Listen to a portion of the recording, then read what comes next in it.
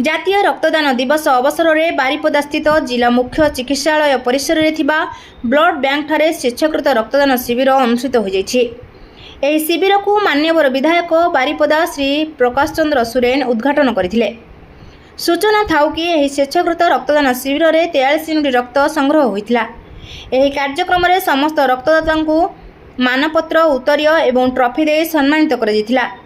ଏହି ଶିବିରରେ ଜିଲ୍ଲା ମୁଖ୍ୟ ଚିକିତ୍ସାଧାରୀ doctor Abhay Kumar Das, Pandit Raghunath Murmu medical college ଏବଂ ହସ୍ପିଟାଲର ସୁପରିଟେଣ୍ଡେଣ୍ଟ ଡକ୍ଟର ରବୀନ୍ଦ୍ର କୁମାର ମିଶ୍ର, ଅତିରିକ୍ତ ଚିକିତ୍ସାଧାରୀ ଡକ୍ଟର ସୁନନ୍ଦା ମିଶ୍ର, ବରିଷ୍ଠ ଚିକିତ୍ସକ ଡକ୍ଟର ପ୍ରଣବ ଶଙ୍କର ଦାସ ପ୍ରମୁଖ ତତ୍ତ୍ୱାବଧାନରେ ପରିଚାଳିତ ହୋଇଥିଲା।